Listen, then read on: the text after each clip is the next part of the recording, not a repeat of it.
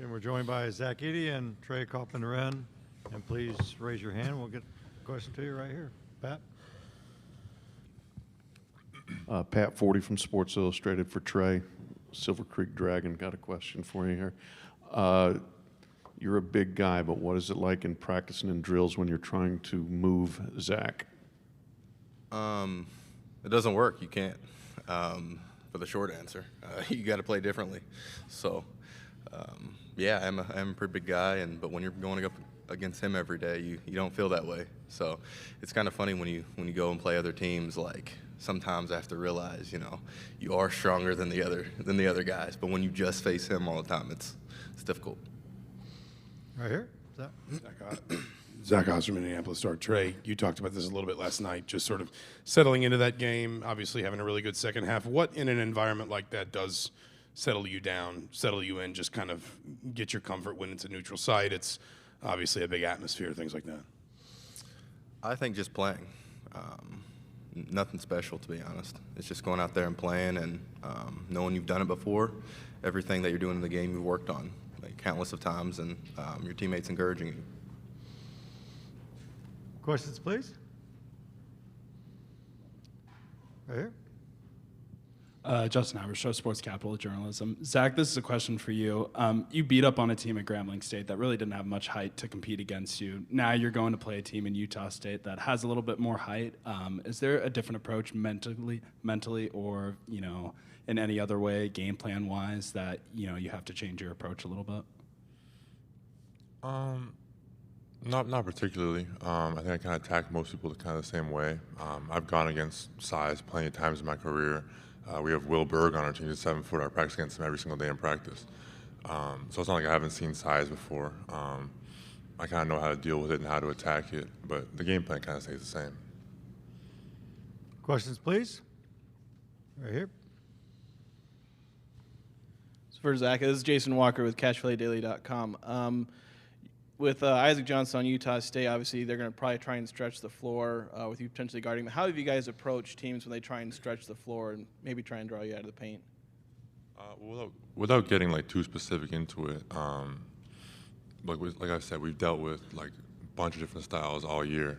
We've dealt with the shooting 5, we've dealt with the post-up 5, we've dealt with the rebounding opposite dunker 5, every single style we've played against. So we're ready for everything. Here. Yeah, Zach, Ben Baby with ESPN. As you're kind of going through the tournament and also kind of prepping for life after college and what that might look like, how has that been as you kind of maybe see how your game might translate to the next level, and as you went through the back half of the season or even any time this season, are there things that you might have done as you start to get ready for transition to the pros? Well, my main goal all year has just been to help Purdue.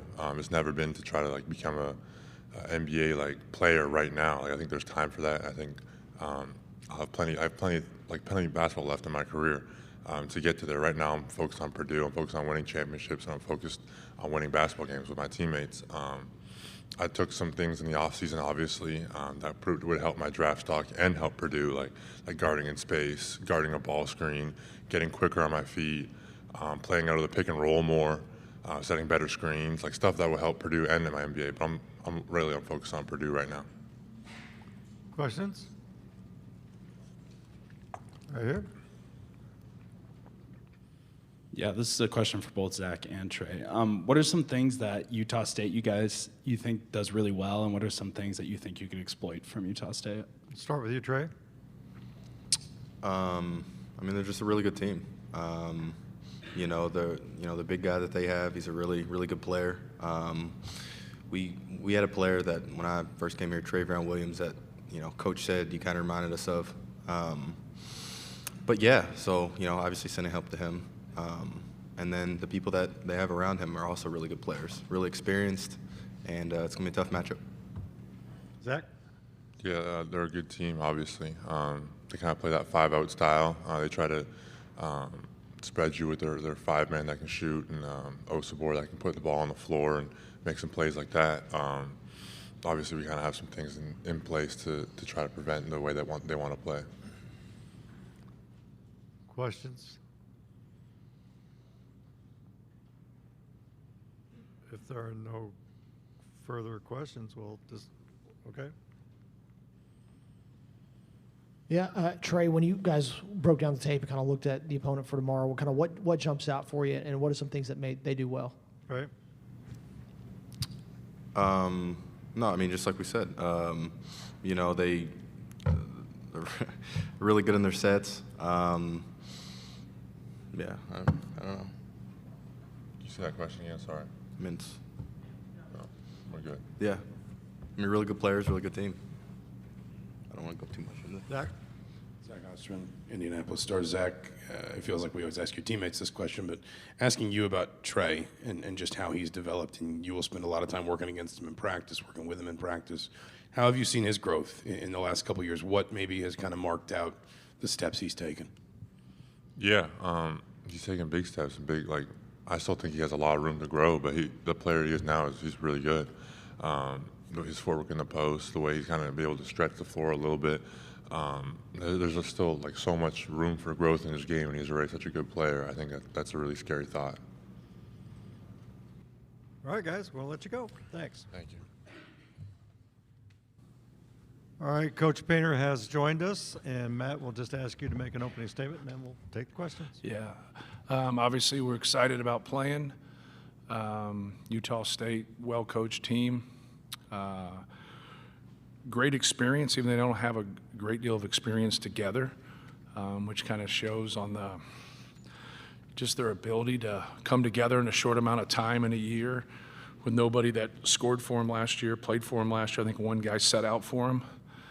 But Coach Sprinkle and his staff have done a fabulous job with this team, but they do have experience. They have guys that have been in college 4, 5, 6 years, know how to play. They have a fabulous point guard. They have a great front line. They have skill. We have a couple guys. Ian Martinez played at Maryland, so we're familiar with him, but he looks really good on tape.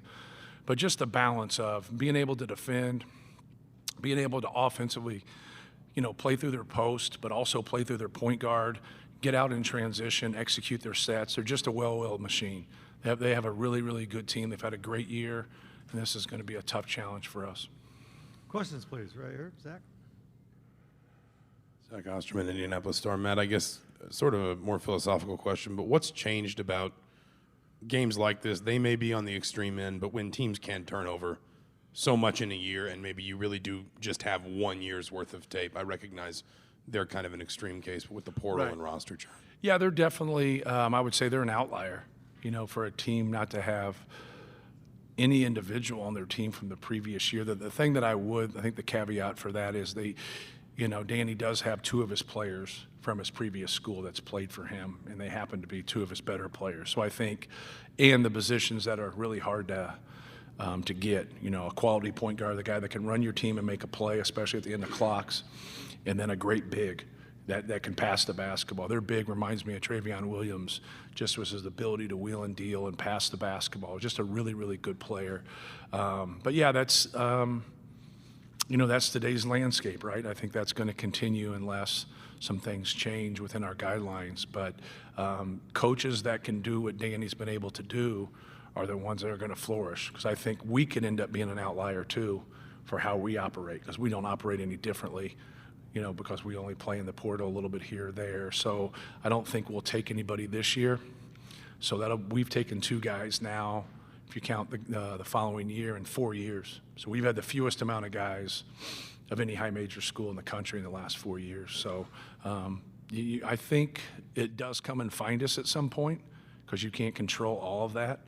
But I think you just have to have a pulse on your situation and a pulse on that particular year, because you have to be able to do it both ways, in my opinion. I don't think you can keep doing that every single year. There has to be some growth, from year to year. You just want that as a coach, right? You have experience, but you also want experience of being successful together. Jason Walker with CatchPhillyDaily.com. Coach, I know you've seen probably every tactic under the sun as far as teams trying to stop or play around Zach Edey, but I don't need you to go through your whole game plan. Like, what are you expecting kind of this matchup with how you expect Utah State to play Zach in this one? Yeah, well, there's 2 things that can happen. You can watch who they've doubled, even though there's not guys like him in their league. There's some guys in their league that have an All-American in their league that's 6'8", 6'9", who's a different type of a player. So you can watch them, how they've dealt with low post players, even though the game doesn't present that as much as it used to, say, 10, 15 years ago. And then you also have to be, the expectation has to be, there could be something they've never shown before. And I know it's a, quick turnaround, but they weren't preparing for Purdue going into the TCU game. Like, you know what I mean? Like, they're preparing for TCU. So now they've got 48 hours. So you look at what they do, and this is how you handle any opponent. You see what they do, you think that's what they're going to do, but you also prepare, which we just did, for a lot of different things. So we have a series, you can double from the top, you can double from the bottom, you can cover down ball side, you can come traditional, you can wait till he dribbles and scrapes, you can stay one-on-one. If you got something else, then you're better than I am. Like, that's about it, right? So it really comes down to decision-making on his part, and then our guys getting where they're supposed to be. So, like, we have rules to what we do, just like they have rules to doubles. The doubles come, and then you can set it up differently, so the rotations change. And now they have to be able to, the guys that are really good at doubling the post or playing there, they give a great effort, first of all. They're quick with their doubles, they're aggressive, they don't foul, and then they set their rotation and they know what they're doing. So that's why we try to change up things and mix things up so the rotations are a little bit different. But that's about it, when it comes down to it. But for us, it's taking care of the basketball and him getting the ball where he needs to get it. And when we take care of the basketball and we keep getting quality shots, we really help ourselves. Matt, Pat 40 from Sports Illustrated. Kind of a general question here, but you were a shooter in your day. You've got a lot of really good shooters. How important is it for guys to shoot a lot of shots? Do good shooters need to shoot a lot of shots between games? I think, just getting a dose in the environment they shoot at. Like, sometimes guys, that's their, kind of their religion, right? They want to shoot every single day. If you find a good shooter, he just doesn't go and get extra shots when he misses. He gets extra shots no matter what. That's what made him great. That's what continues to keep him at that level and that consistency. But each guy has a little bit of a different feel. Each guy has a little bit different rhythm. For us, like Zach likes to do 10 minutes after everything is over with. He likes to do a series of jump hooks. Left side, right side, in the middle, off the glass, straight on. So that's his routine. Even though we just did something for an hour and 10 minutes or whatever, that's his routine. But to me, I think it's twofold now because we play, which to me is just crazy. We play with probably 6 different basketballs during the course of the year. So I think that piece is important. If you can get the basketball that your opponents are using, obviously you're always practicing with the ones that you use. So we use a Nike ball. But then sometimes when you go to other places, they use different basketballs. So like we have those in storage. So when we got 3 days to practice before an away game or a neutral site game, we use those basketballs. So I think that it used to be like, check the floors. Coach Katie used to always tell you to check the dead spots. And I don't know if there's any more dead spots. But dribble the floor, check the dead spots, check the rims, shoot, just to get familiar. Coach Scott Gerard with the Zone in Salt Lake City. I wanted to circle back on what you were talking about in terms of the portal and you feeling pretty comfortable that your roster is secure going into next year, not having to hit the portal. What is it about Purdue that you've built there, culture-wise, that makes guys want to stay, even if maybe they're not getting the playing time that they want and look for greener pastures somewhere else? What have you built that maintains that stability? Yeah, well, I think it starts with education and people. I think we have great people at our place. We have great education. And then I think we've done a better job in the last 8-10 years of evaluating. I think everybody puts a big emphasis on recruiting and I think if you go and evaluate the people that want to be at Purdue, that education is important and just having just a level of discipline. So when you okay, I'm going to leave Purdue, well, then you're not going to get your education at Purdue. You're going to be a former player for 50 years. I mean, keep shit in perspective. You know what I mean? But it's really hard to have perspective when you're 20. You didn't have it. I didn't have it. None of us have it. We all are looking at where can I play? What kind of style of play? Why can't I shoot more? Why can't I do this? And then put a big emphasis on winning. Are you coming to Purdue to shoot? Or are you coming to Purdue to win? Right now, we have some guys on our team that don't play as much as they did before, and it bothers them, and it should bother them. But it's not a distraction because winning supersedes that, and that's what you're looking for. I don't want them to be, I don't want them to be happy in terms of their own situation, but I want them to be happy for their teammates. I want them to understand the big picture. I want them to understand that we just won 2 Big Ten championships. We've been back-to-back #1 seeds. Like, you're putting yourself in a great position. But it starts in the evaluation. It starts in, because when you sign somebody, you just don't get them. You get them all. So you get Uncle Billy, you get Cousin Jed, you get them all. Like, they're all coming. You're going to hear it. Like, you hear it from everybody, right? So you might as well do the right thing. Because no matter what you do, I always tell coaches when we talk about stuff, no matter what you do, someone's going to be mad. My wife and I, we have 5 kids between us. Like, no matter what we do, somebody's pissed. Like, you might as well make the right decision, right? So, but make the right decision in recruiting. Like, make the right decision with that person, and then don't take him and be like, oh, man, he's going to be a handful. This is going to be tough. Don't take him then. It's not a school district. Take the guys that fit your program. And if you're a little bit shorthanded and you're not as athletic or whatever, who cares, right? Who cares? Let's just play basketball and take care of it. And, it's not that big a deal, but know who you can coach and know who you can't coach. And more than anything, know who you can get to. Like I got a lot of 2nd and 3rd place ribbons in my garage. And I had no chance of getting them. No chance. But then after a while, just understand that. Just get out of that race. Like, just save a year of your life and get out of that race and recruit people that want to, come to your school.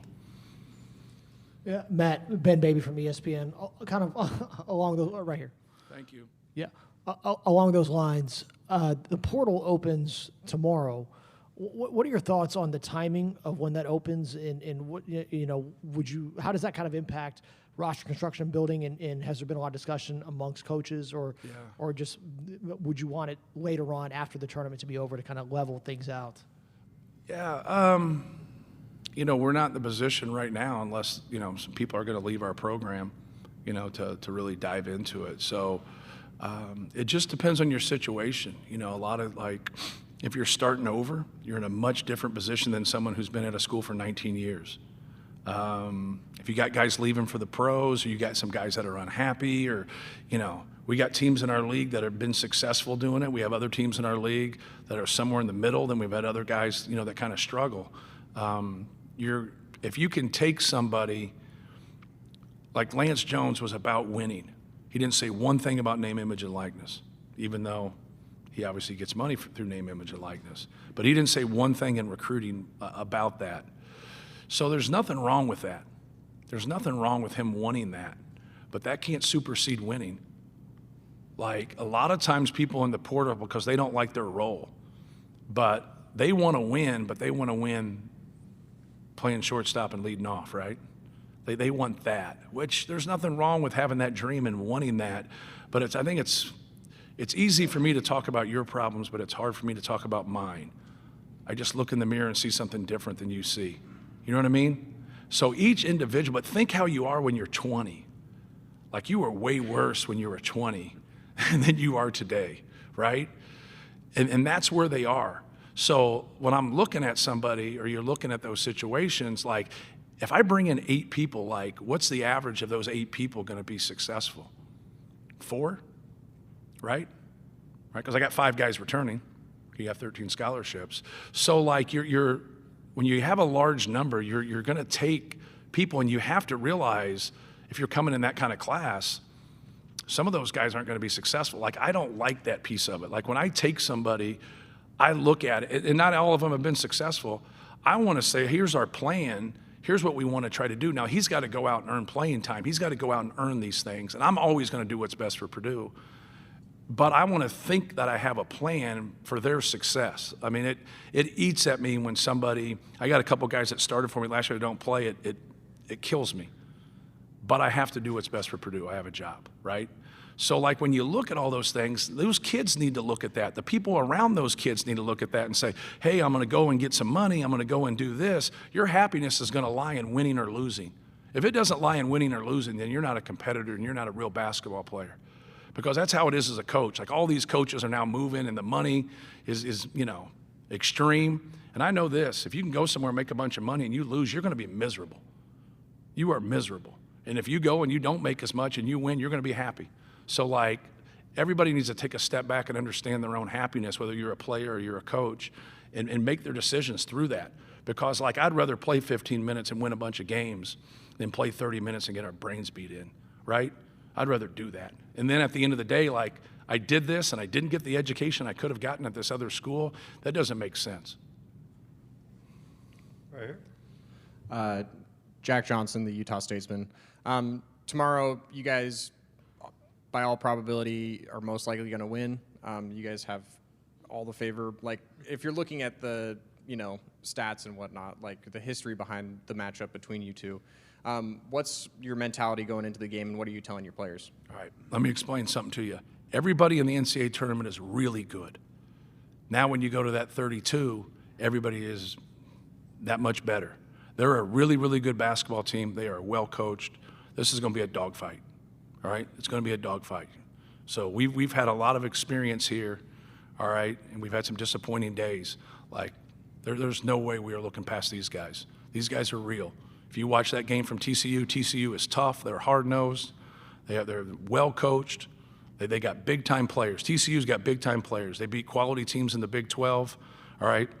They handled them. So we know this is going to be really difficult. They have a great point guard. They have a great big, and they got a bunch of other dudes that can really, really play. And like I said before, Danny Sprinkle is as good of a young coach or any coach at any age as there is in the country. Very few people can do what Danny Sprinkle just did. Very few. All right? He has nobody that played for him last year. Like, you go watch us run stuff and do stuff. I mean, I got a bunch of guys that played for us. Everybody is on the same page. We get it. Like, we get it. How the hell do they get it? And they've been working since June like that. It's because they got a great coach. Coach, Johnny Hill was an assistant for you, was a player for you at Right. Utah State, now an assistant at Utah State. Danny Sprinkle joked that he's keeping him out of meetings because he doesn't want you to leak. He doesn't want him to leak anything to you. Just give us your memories of him as a player and what he meant to your program when he played for you. Yeah, he was fabulous. He was a grad transfer. He didn't start for us. I think he started 3 games for us. He backed up P.J. Thompson. He practiced hard every single day. Every single day he practiced hard. He had a great attitude. It was infectious. He came every single day and laid it on the line and helped us win. He sacrificed to help us win, and that's what it's all about, man. He was great, and I've tried to, at every stop, tried to help him, in his coaching career. I tried to stop him from coaching, because that's what a true friend does. But no, I'm happy for him. He's with a really, really good guy, and he's growing in the business, and I wish him all the success in the world. Questions for Coach Painter? Thank you.